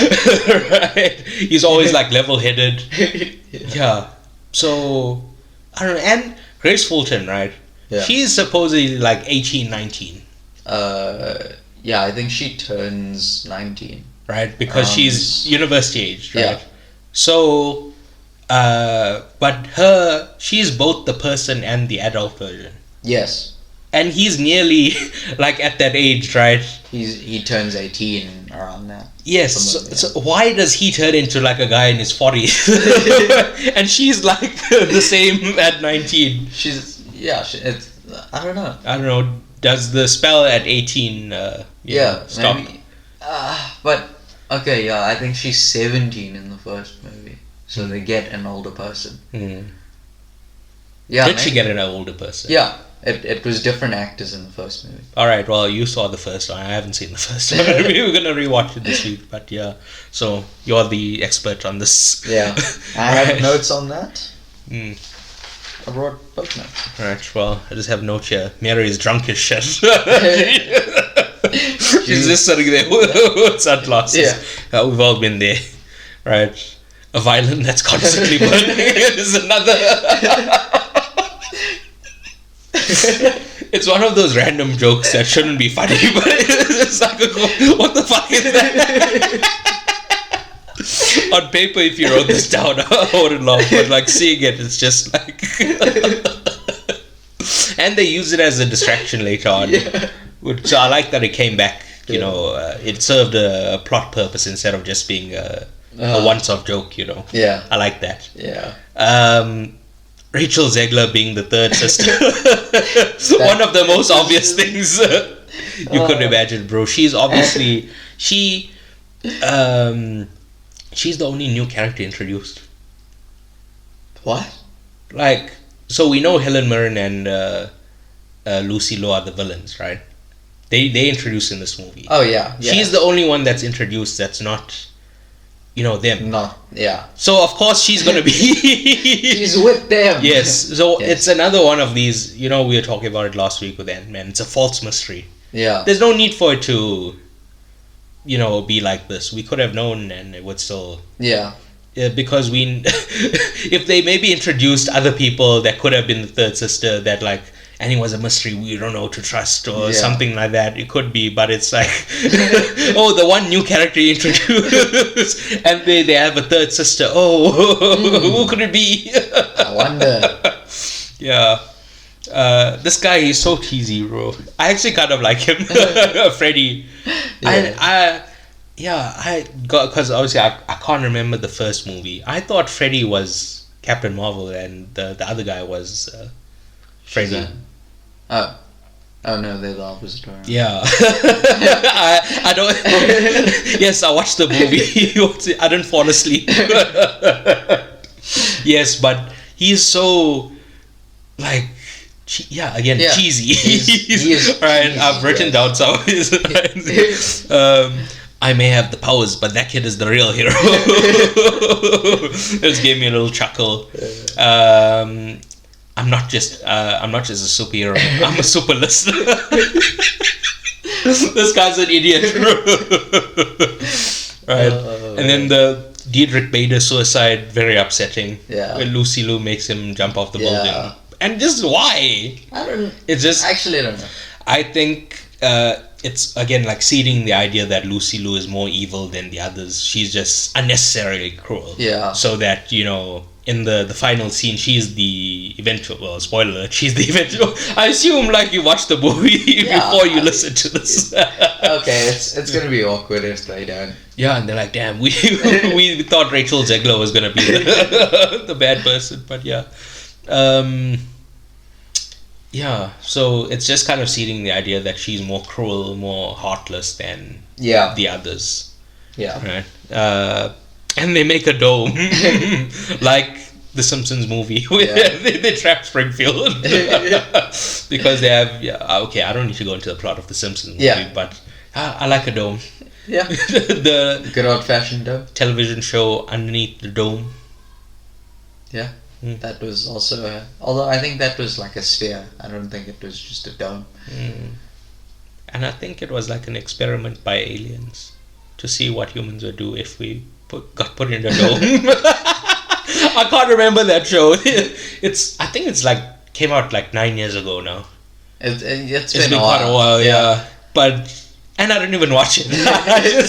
I'm just familiar with the concept. That's why I brought it up. Yeah. And then it's a very weird plan from the Sisters of Atlas. Well, okay, I was writing this as I was watching, but it's not really that weird because it's explained later on. Okay. That they were trying to get caught. Yeah. But how do they know they had the apple? I don't know. Did somebody tell them? Not that I can recall. Yeah, that's why I'm like, how did Rachel Zegler, why did she go after the superheroes? How did she know that they... I don't know, right? Yeah, it's not like very explained very well, right? Like, I know Billy's playing with the apple in a previous scene. But that's like it. They don't explain why they have it or where it's from. Well, I guess it's from the cave of, or Rock of Eternity. Yeah. There's lots of hidden wonders, like a violin that doesn't stop. Right? It could have just been, there. But yeah, I found it a little bit hard to follow their plan. Yeah, like so they take Freddy's powers away. Yes. And I assume, okay, they're here for the rest of the family. Yeah. Because they somehow know they have the apple, okay? Yes. So when they're coming in, they go away. Yes. Why? I have no idea. That's what I'm saying. They should have fought. They should have fought there, turned them all into, or taken their power away from all of them. Yeah. And then just said, hey, give me the apple. Yeah. Right? It's I just don't understand why they left at that, when they were on top of that roof. Yeah. Yeah. But it's a little weird. Yeah, that's why I said it was weird. But then the second plan where they wanted to get caught, that's way different. That's a good plan. Yeah. All right. So anyway, they run away from the fight and they send a very literal letter. Well, the pen sends a very literal that they don't... I can't believe that they didn't proofread it, bro. There was no proofreading. Yes, once again, like I said earlier, we can just chalk all this up to them being, idiot kids. They didn't think to proofread. And then they send it and... Oh, they trapped them with the dragon, right? The wizard and Freddy. Yeah. And did they? They put them in the dungeon. Yeah. And they like... Oh, wait, what? They're like frozen. Oh, yeah, yes. Right, because it says they said that Rachel Zegler says that the dragon like freezes you. Yeah. It gives you like, I don't know. It exudes pure fear. Yeah. Fear or something. Yeah, it gives you some chemical that makes you freeze. Yeah. Right? And she got them away from it. Yeah. Then sets them free. But that is never brought up again. Nobody freezes in front of the dragon. There's a little bit where like there's the whole bunch of people evacuating and then the dragon lands and Freddy's trying to catch up to Rachel Zegler.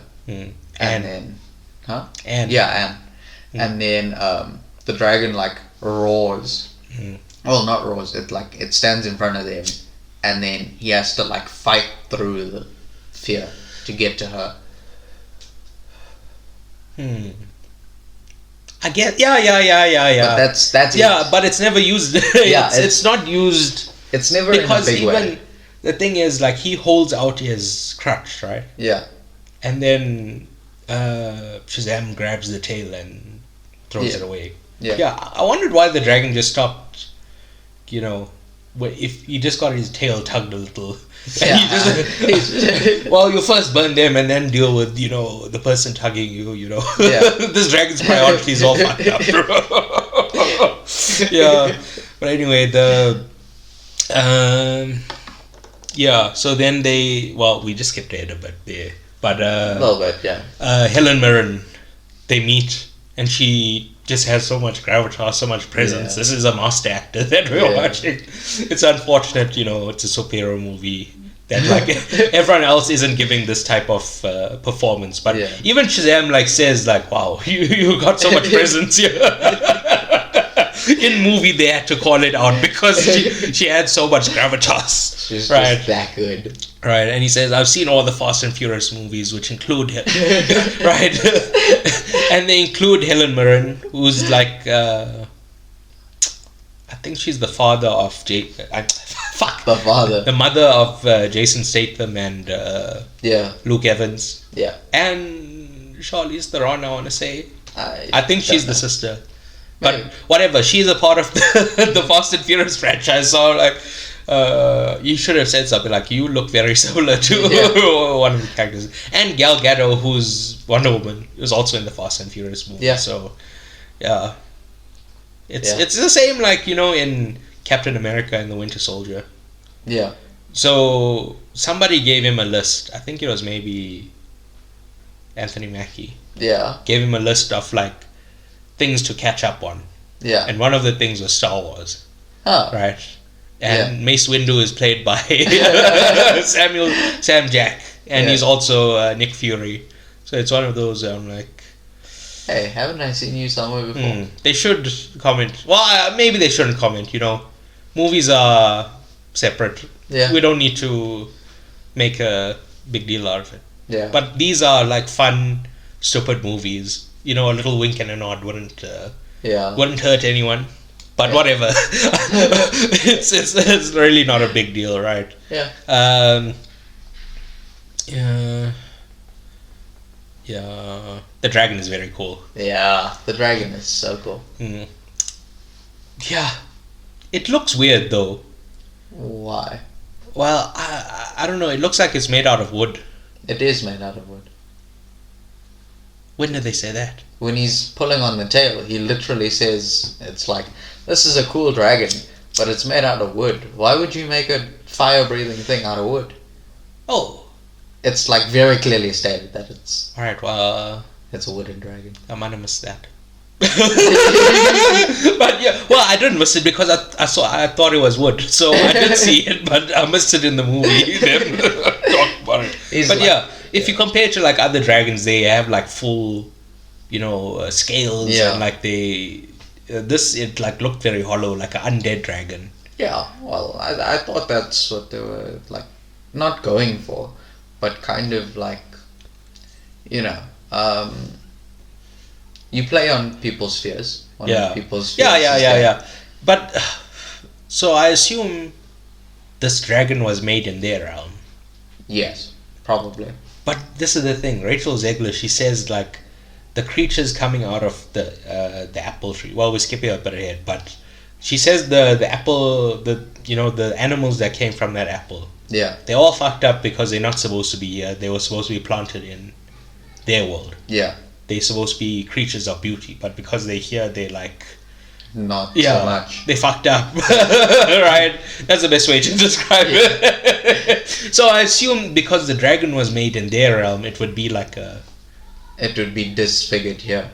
No, like it would be cute and cuddly because it was made in their realm. It wasn't made here. Because the things that are made here are fucked, but if it's made there, it's like, it's like a stuffed toy dragon. Wholesome. Yeah.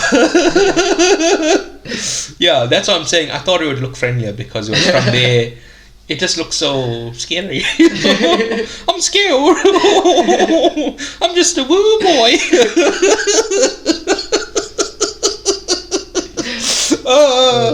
Anyway, yeah. So at the time, I was just a little bit... I was wondering why they all came out like horror monsters, but... Yeah, Rachel Zegler told us. Yeah. And he calls... Well, Lucy Liu is riding the dragon. Yeah. And he goes and he hits the dragon. And like, as he was going, he says...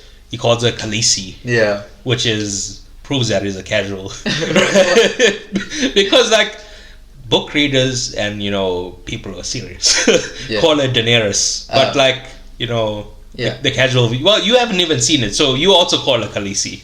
No, I call her Daenerys. That's a lie. You just heard me say that now. No, I do actually genuinely. When I get into arguments with Game of Thrones fans, because I like.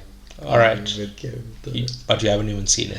You scumbag. That's never mind. That's like perfect. I'm saying calling her Khaleesi is a very. Casual move. Okay, yeah. This guy, well, he's not even 18. Yeah. Well, I think I think the rating system is different in every country. Okay. Yeah. Yeah. Might be. I don't know. So maybe he was allowed to see it. Maybe. But he's turning 18. Well, he's 17. Yeah. And this ended like in 2019 when the first movie came out. What? Game of Thrones. Game of Thrones. Yeah. So he would have been. How old was he in the first movie? He would have been like 14, 15. But yeah, when I was young, I watched 18. I watched South Park when I was like 12. Unbelievable. Alright, whatever. But I'm saying, I don't know why I'm acting like it's a mystery. Kids watch, all the TV shows all the time. Yeah, that is true. And then they do a Kamehameha lightning battle with the staff and his hands. Yeah. And he gets the idea to overcharge. Well, it's a very cliche, thing that like a battery. Yes. The character Parasite. Mm-hmm. He's that's one thing you always do, just overload him. Yeah. Eventually can't. Well, you see it in a lot of things. That's the first thing that came to mind. But yeah. it's just a staple in like science fiction where you have a monster that's absorbing things and it's growing bigger. You just overload it and it'll explode. Yeah. So yeah. Yeah. Cliche, but that's fine. It's a good answer. Like if you have a thing that absorbs, just give it too much to. Yeah. So it can't absorb. Like it's a good answer, but I've just seen it so many times. Yeah.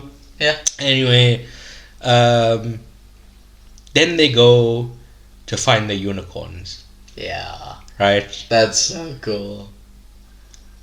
To me, that was one of the most upsetting instances of product placement I've ever seen. Right? She says what's it called? The slogan. She says the Skittles slogan. Taste the rainbow. Oh, I wonder how much they paid for so much. a literal ad in the middle of a movie. It made more money from that product placement than at the box office. I'm pretty sure, bro. That's unbelievable. It took me out of the movie completely, and no one else will know, but you can see here. Can you see that's the end of my notes? That is. I got so upset that I stopped taking notes. I folded my arms and I just let the movie go because that's crazy. Wow. I was so upset, bro. It pissed me off. It's not good.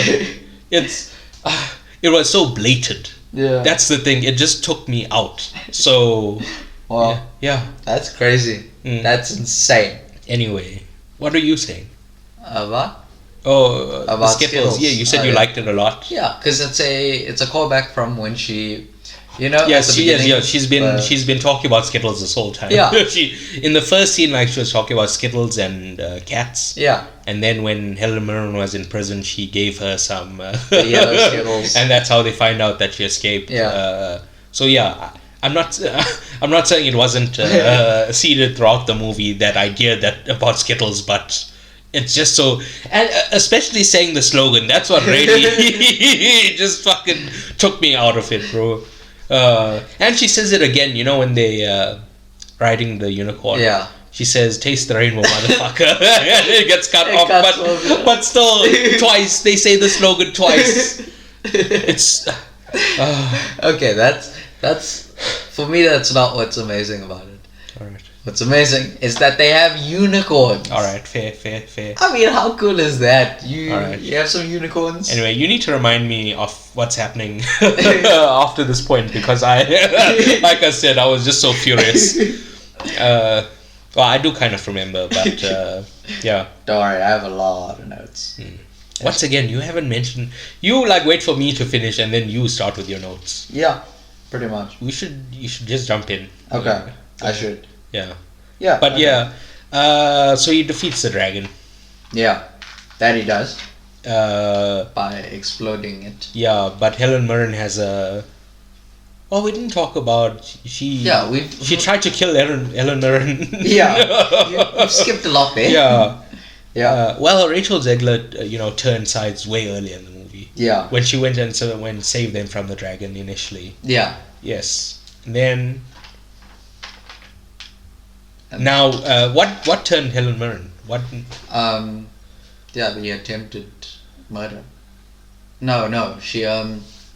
So it's like kind of during the. I think it's the. They come and rob the place, right? And they get the apple. Yeah. They get Freddy and the apple. Yeah. So Lucy Liu is pissed off because Helen Mirren, I guess, wasn't quick enough. That doesn't make any sense. I think the whole genocidal thing with Lucy Liu, which is like, we're gonna plant it in this realm and we'll destroy all of them, instead of in our realm and create something beautiful. And I think that flips Helen Mirren. I don't know if we should pause and Google this, or it doesn't really matter, right? I just wanted to know why did she flip? Yeah, I don't know. Yeah, it doesn't matter. It's definitely something to do with the sisters. Yeah, but also, why the dragon killed Helen Mirren? Yeah. Or like put a thing through her. Yeah. So after she defected. Yeah, but I didn't realize the dragon worked for Lucy Liu. I thought the dragon was all of their mate. Well, yeah, I thought so as well, but I think as Anne defects, like, obviously nothing happens, but I think, like, the dragon would have killed her. Yeah, the dragon would have killed her if it was there. Yes. Alright. And then. So who is it loyal to, like Lucy Liu, or like the idea of magic coming back into the realm, and she's the one who's doing that? And she, because like I think they may have like some sort of psychic connection. Yeah, I think it's the first option. Because that's how would the dragon know to kill Helen Mirren? Yeah, unless there was some sort of communication between the dragon and Lucy Liu. Yeah, because she doesn't say anything. Yeah, she doesn't really move. And the dragon just does it. Yeah. Yeah. Maybe it understands English. Maybe they were plotting behind Helen Mirren's back, Lucy Liu and the dragon. She sneaks off at night to talk to the dragon. Like, and if she says this, kill her. Yeah. So yeah. Yeah. Helen Mirren gets killed. Well, doesn't get killed. She incapacitated. Yeah. And then they make the dome smaller. Yeah. And Shazam dies. Yes. Speaking about him being a knockoff Superman, in Batman vs Superman, Superman died, and he was brought back to life in Justice League. Yeah. So yeah, same thing happens to Shazam, dies, and one of the most shoehorned, and you know. Oh wait, sorry. Let's just go back. Yeah. Pedro. Yeah. Coming out as gay. Yeah. Also very shoehorned in. Yeah. It's like. Oh, I thought that's what you were going to talk about. Yeah. No. But like earlier in the movie, he sees like a shirtless guy in a cover.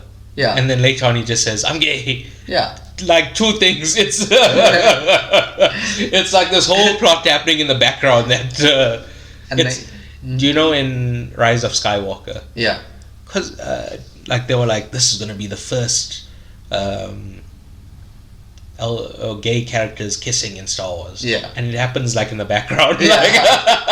it's barely there. It's totally off screen. It's less than a second on screen. It's if I were a part of this community, I'd be offended. Yeah. They we were talking last week about the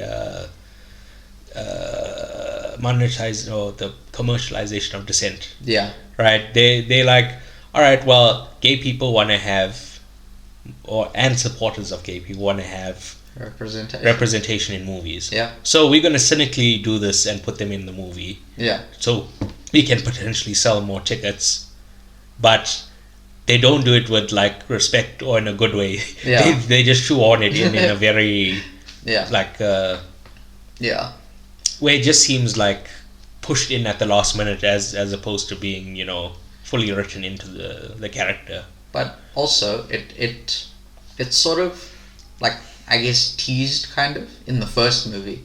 Oh yes. Well, this is the thing. I only saw the second one, so fuck. So maybe in the first one, he went to a gay nightclub. So like just a quick thing. Yeah. They're stuck on the rock of eternity, and then like they don't have any doors. So the way they get out is to think of somewhere like on Earth, basically, and then they teleport there, right? And so the first thing Billy thinks of is the strip club. Alright. And so they all teleport to the strip club, and as they walk out, Eugene looks at Pedro, and Pedro goes, "Nah, not my thing." Alright. Who's Eugene? The Asian of The father. No, the Asian kid. Oh. The little okay, gamer. okay. I see. Yeah. I don't know any of them. Well, I know Mary's name. He's the electric one. No, I know him. Yeah. I'm just saying I didn't know his name was Eugene. Yeah, his name's Eugene. Right. Alright. So, yeah, it was kind of seen in the first movie. I think that's slightly better. Yeah. I mean, Alright. yeah. Alright. Cool. Anyway, there is another thing that's incredibly shoehorned in that almost certainly wasn't filmed altogether, which is the Wonder Woman cameo. Who called her? Where did she? No. How did she wait for them? She was hiding behind the pillars. She's waiting for them to say something about a garden. And she comes out. She's like, "There is one." Like she's been waiting there for hours. She got a camp chair, hoping someone would mention something about a garden. And someone says, "Oh my God," and she's like, "Oh, did somebody say God?" Yeah, once again, who called her? How did she just showed up? Right, and there's like speculation that they weren't on the same set. Yeah. Like a stand-in came in while everyone else was acting. Yeah. And then she did it like alone. Yeah. Right, and they mixed those two takes together, and yeah. So dumb. Yeah. So contrived. So silly. The only thing that kind of sort of makes it a little bit better is that Billy sends her one of those letters. You know, the paper that folds up. Well, I don't know if he did. He just asked the question. Could he? No, I'm pretty sure he said, like, right at the end, after he's revived, he's like, "So you got my bird letter," or something like that. Huh. So he calls her, but not to there. No, I think no. I think it works then. That's fine. Does the bird letter lead her back to? No, well, but I mean, it's like she can find it. Okay. Just my point being that how would she know about it? Now that I know that she knows about it, like she'll find it. It's fine. Yeah. So Wonder Woman. She's a bloody Wonder Woman, mate. She's not a regular woman. Well, I guess a regular woman could find someone, but she's a bloody Wonder Woman. That's what I'm saying, right? Okay. Yes. What else were you saying? That's it, pretty much. No, just go through your notes. Oh, this movie made me cry. When? When they, I don't know, they have some touching family moments. Alright. And it makes me cry. Alright. Yeah. So I cried like twice, I think. Well, at what moment? I don't even know. I just say that the movie made me cry. Alright. Very detailed notes you've taken, yeah. Yeah. Also, why is there such an age gap between the sisters? Yes, they call it out. But it's... Yeah, but still. I don't know. Like... Well, I don't know if that's even how they look, right? They could just be like... Because they... Like, They're thousands of years old. Yeah. But... One woman is like 4,000 years old. Yeah. Rachel Zegler is 6,000 years old, but she looks way younger. Yes. So, I don't know what this is about. Yeah. Why does... Well, Wonder Woman is a demigod. She's not a... Yeah. Full god. Well, they're all demigods. Are they? Well, they're children of Atlas. They said Atlas the Titan, and I think Persephone? Not Persephone, sorry. No. Persephone... Hades. Yeah. But they say another god, I'm pretty sure. Oh, no, it's, yeah, it's a minor god. It's a titan and a minor god. Yes. So, yeah, the point being, they fully fledged god, so maybe they age way slower Yeah. And so the Wonder Woman, she ages faster because she's part human. Yeah. Or part mortal. Yeah. I'd say, right? But yeah, they could have just been born years apart. Like 70,000 years. Children, parents have children years apart.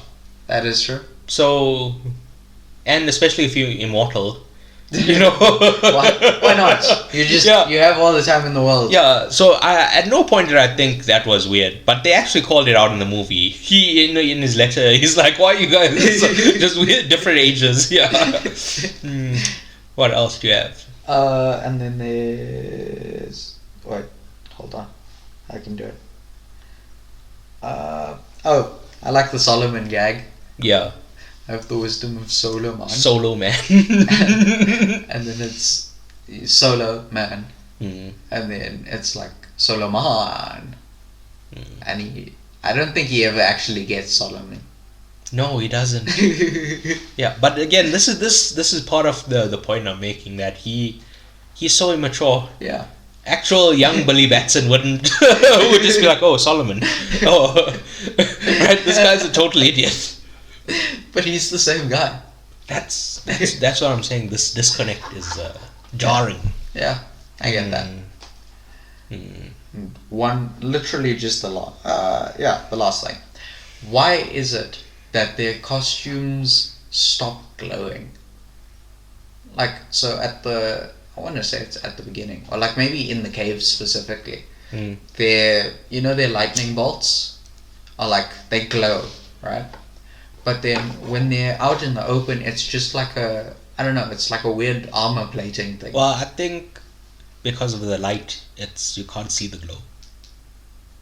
Because if you're out in the sun, right? Yeah. You wouldn't be able to see the glow as if it were dark. Yeah. That's what I'm thinking.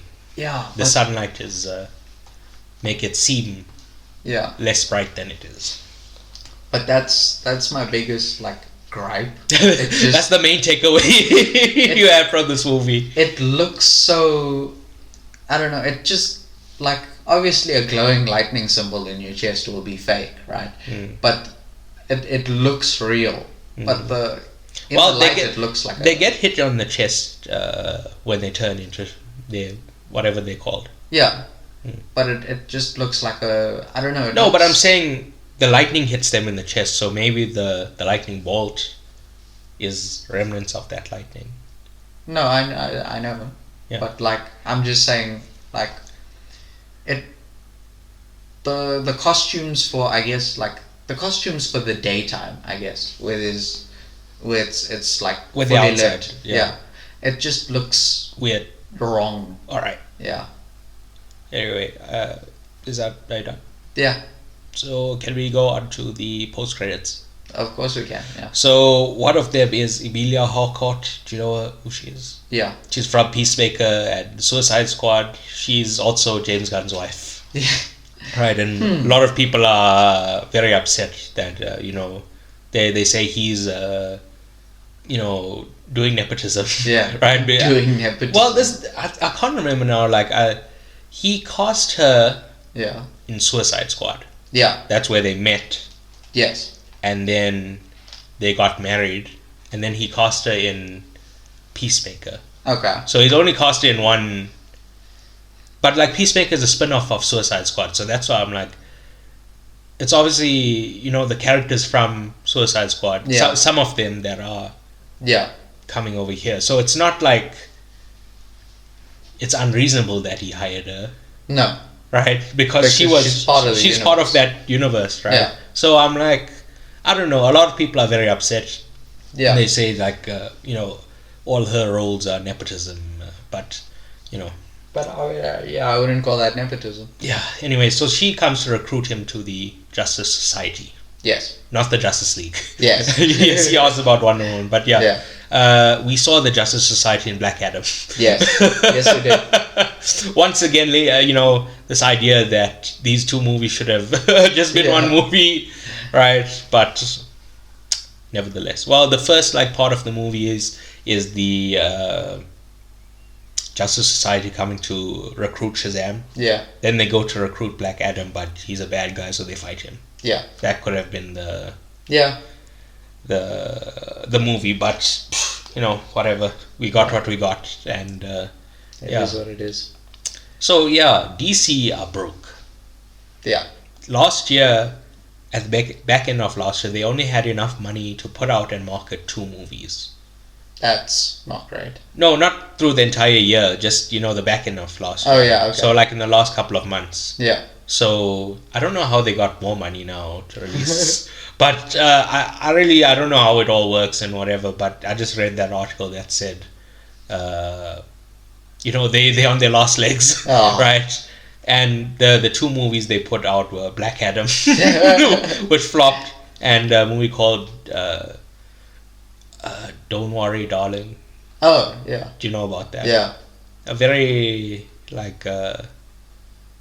salacious. Well, not salacious. What's it like? There's a lot of small incidents that came out from the publicity tour. Yeah. They were like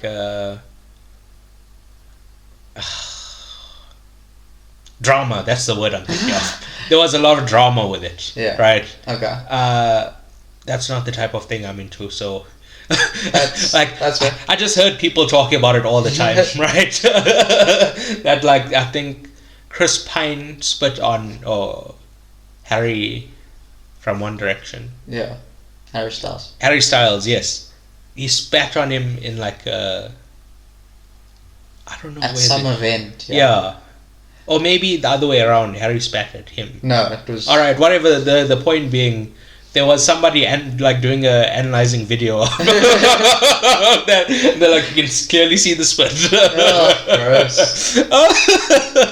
I can't imagine being that invested in such nonsense, bro. Yeah. Just truly. But anyway, that movie also flopped. That's the point I'm making. Yeah. So I don't know how they got more money or whatever's happening, right? But yeah, they've been on a downward trajectory, and like I said, the past 5 DC movies: Shazam, this one. Yeah.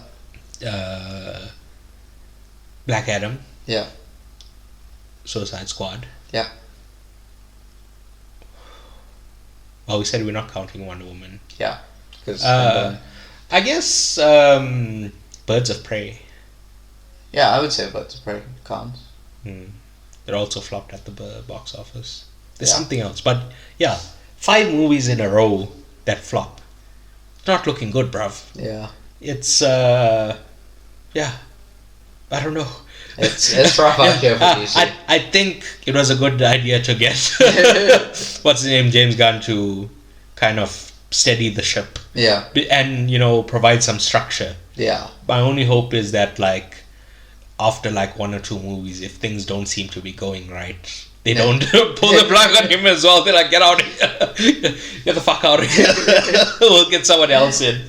Hope they actually stay the course and Yeah. But the second I'll get back to what I was going to say now. Just remind me of this. Okay. The second post-credit scene is Mark Strong, Yes. Dr. Savannah, Yeah. and Mr. Mind. It's so at the end of the first movie, I do remember this in the post-credit scene. Mark Strong is in prison, Yeah. and Mr. Mind comes and says, "I'll get you out," Yeah. or something like that, right? Once I can't remember precisely, but then now Mr. Mind is I move around slowly and whatever. Yeah. We're gonna have to. You have to wait a little bit longer. And a lot of people have suggested that could be a great ongoing bit at the end of every movie from DC from now on. It's just Mr. Mind coming back whoa, just a few more, just a little bit more.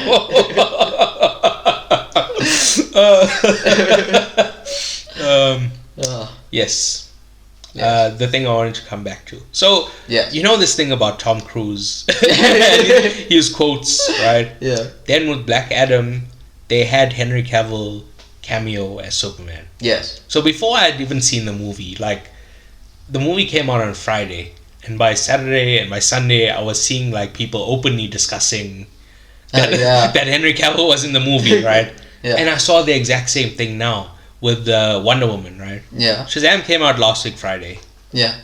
On Saturday, I saw, like lots of things openly talking about it. Like, they trying to use celebrities Yeah. to they're trying to use that as a way to entice you to watch the movie. Yeah. Instead of it being like a small fun add-on at the end, teasing something else. Yeah. They're trying to sell you on this movie based on On who's in the yeah, movie. a small cameo from one character. Yeah. And I think they're doing a similar thing here with Tom Cruise. Right? All these underhanded tactics. Yeah. I'm going to give you some advice for free. Okay. For free. They can hire me as a consultant if they want, but this one I'm giving to them for free. Oh. Just as a taster of, my powers, of what I can do. Of things to come. Yeah. All my big ideas. Yeah. Alright. Here we go. Make a good movie. Whoa, what? Can he say that? Can he say that? Is he allowed to say that? Oh my god. Did you just go there? Yes. That's the only thing you should be focused on. Not about drama. Not about trying to sell us on the movie based on a cameo. Not trying to get Tom Cruise to jump out of a plane and tell us he loves the flag. Just make a good movie, right? Yeah. Can I give you an example? Sure. The Batman. Okay. It did gangbusters. Yeah. Joker. Yeah. Over $1 billion. Yeah.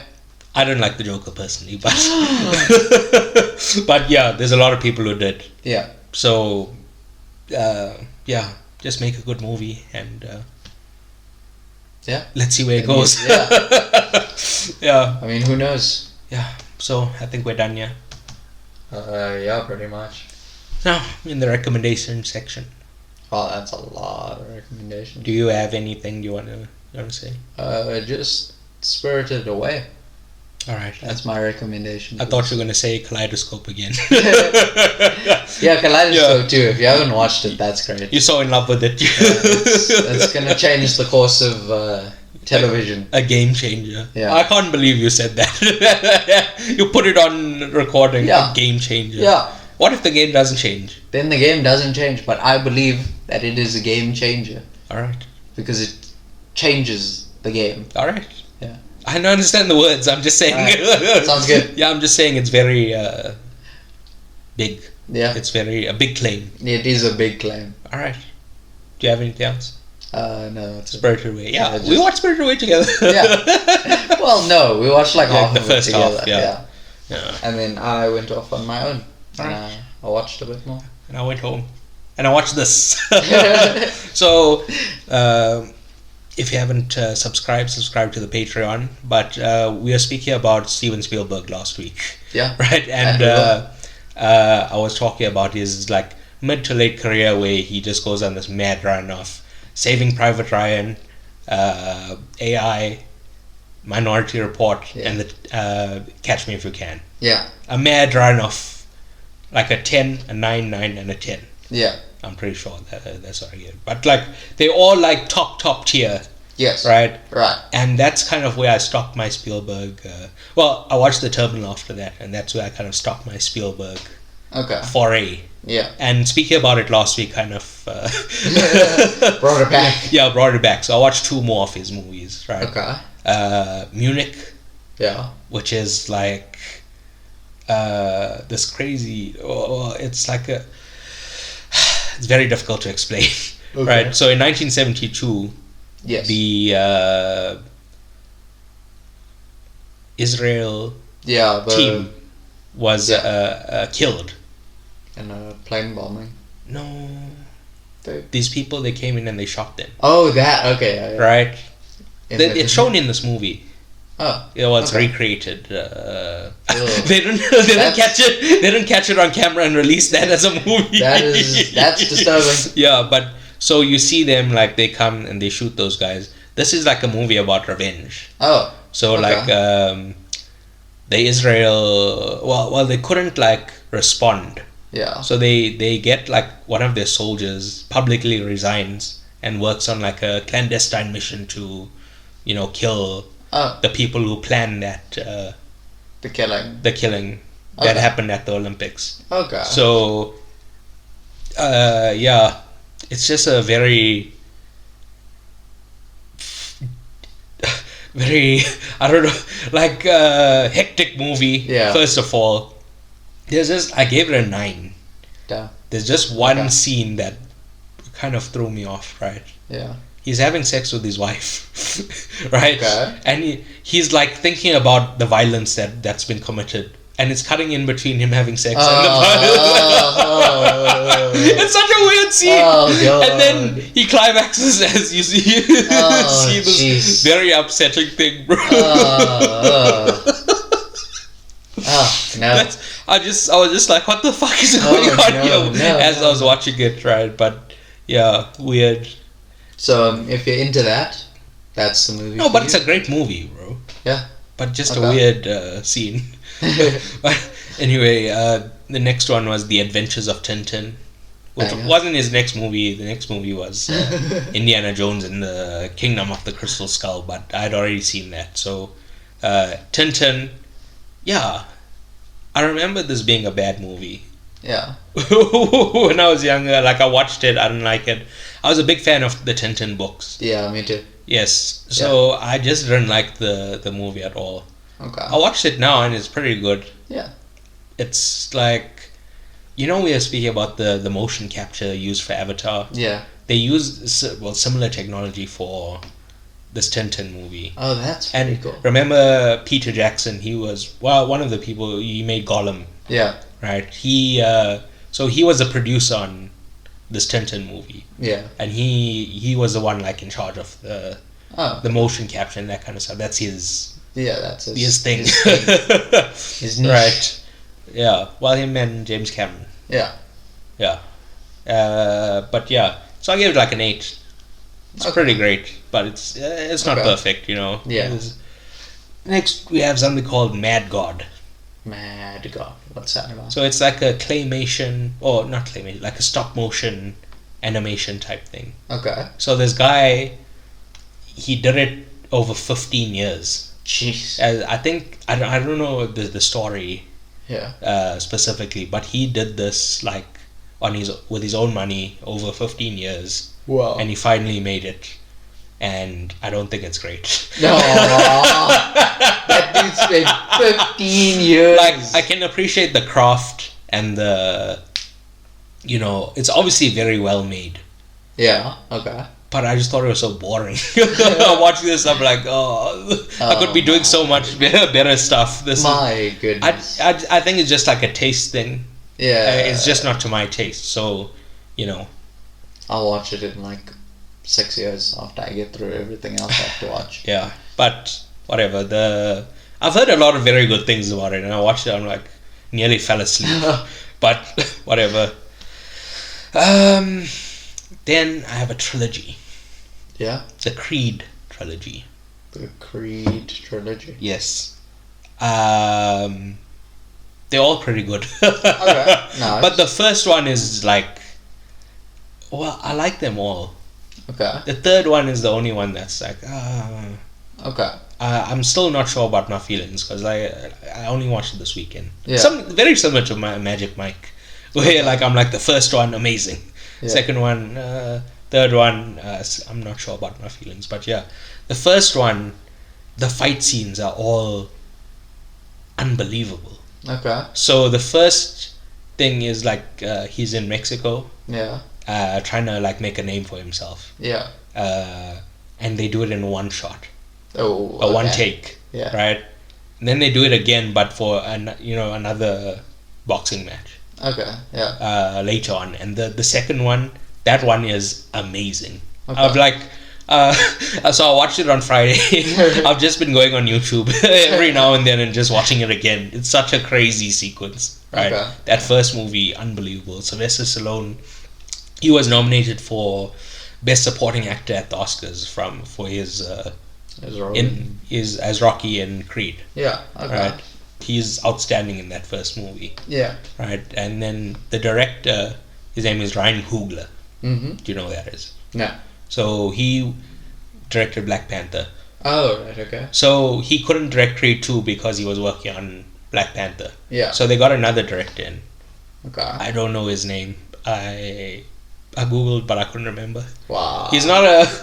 Wow. It's the first time I've heard his name, right? Okay. But you know, I really like Creed 2 as well. Okay. I thought it was gonna be like a step down. Yeah. Because I know Coogler is a great director. I don't know anything about this guy. Yeah. And I'm kind of like waiting for it to like drop off. Mm. It's just stayed quality throughout. So it's like an 8. It's not as good as the first, but it's still very, very good. Yeah. And Creed 3, like I said, I'm still taking it in. Yeah. I'm marinating. Yeah. It's directed by Michael B. It's his directorial debut. Oh, okay. I will say some of the outfits he has in that movie, outstanding. This okay, I don't know how to describe it, but it's like a hoodie. Yeah. Inside a blazer. I don't know. I'll show it to you after this. Right? Okay. But Okay, it's sure. some of the fits in this movie are crazy. Yeah. So I'm thinking it's like a 6, 7. I'm around there. Okay. Right. But it's still dropped off. It's good. It's fine, but Yeah. it's not like that first movie was so like takes you in, dude. Yeah. But yeah, so this it's 6, 7. Like I said, I'm not sure how I feel precisely yet. Okay. Still marinating. Yeah. Then last one. So I watched a TV show called Party Down. Okay. It's on episode 5 right now. Yeah. What's it about? It was a show from like 2010, 2011. Okay. And a lot of those actors in that show hit it big. Oh. Like, fuck, what's his name? Oh wow. Okay, he went to Parks and Rec. Okay. And he became Leslie Knope's later husband. Okay. His name is Ben something. I don't know. But he's in Step Brothers as Will Ferrell's younger brother. I haven't watched it. Alright. You should know this about me. I Alright. haven't watched movies. I can't remember his name. But I think he's like the favorite to be the new Uncle Ben. Oh. So when we eventually Okay. see that, One day. Yeah. In like 10 years' time. I can't remember. But yeah, him, Lizzie Kaplan, do you know who that is? Not the name. She was in Cloverfield. Oh. Right, but she's just an actress, right? Okay. Yeah. There's a lot of actors from there that made it big. Okay. So Annie was cancelled because those actors, they got better projects. Oh wow. But they brought Yeah. it was like a cult classic show. Yeah. That like people who watch it love it, but it wasn't very watched at the time, which is Yeah. why it was cancelled. Oh, Right. Yeah. So, but it has a cult following, and they brought it back for season 3 Oh. this year. And like I said, nice. it's episode 5. They usually go for 10 episodes. Okay. And how is it so far? This season 3 has been outstanding. It's been Okay. far better than the first 2. Wow. Okay. That's what I'm saying. Just of all the things I've mentioned here, go watch Party Down. But obviously, it's a TV show, so it'll take longer than Yeah. movies. But yeah, All right. the point is made. Yourself. Oh, we already went through yours, right? Yeah. So, last thing to do is the plugs. Yeah. You can find us at PAICIP-pod